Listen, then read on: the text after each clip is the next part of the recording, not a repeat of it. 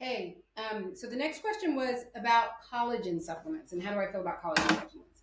Okay, so the honest answer is that I don't know that much about collagen supplements and its efficacy. I mean, I've definitely talked about it uh, and heard people talk about it. And there's always controversy over things like collagen. Back in the day, we used to talk about using collagen for joints.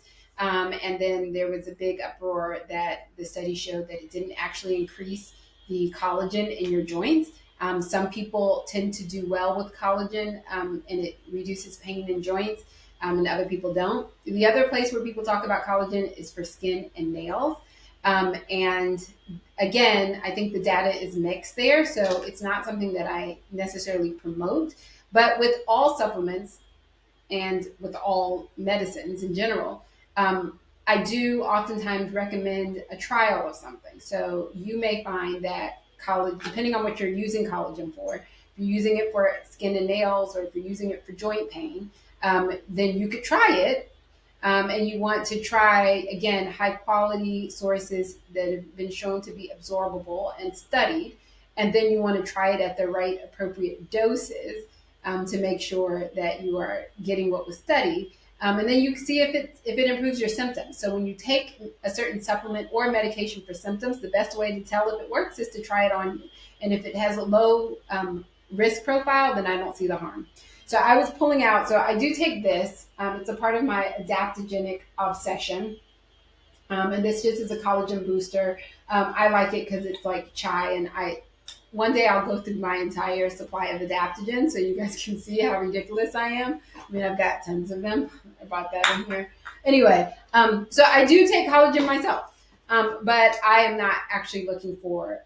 Well, I am. I'm taking it for skin. You guys, the wrinkles are coming out. I don't know if you guys saw my menstrual acne. But anyway, so I don't know if it's working for me, but I think it's worth trying. I don't think there's any harm in trying it. I don't think that this would not be a good brand to try because it doesn't actually have, to my knowledge, the dosing on it to know whether or not it is doing something. Yeah, and these are just actually herbs that promote collagen. So yeah, so to your question, how do I feel about collagen supplementation? That actually is actually just herbs that have been shown to increase collagen. So again, don't know the studies there, but again, it may be helpful to actually take collagen peptides. Let me show you really quickly if I can. Oh, can I share my screen now that I'm live? Oh, I can't. Okay. So what I was going to show you was where I go to get information about supplements and studies to see if particularly when patients ask me, like I don't read all the studies, I have a resource. So I go to some place called examine.com where they actually look at all the studies and they give you a summary.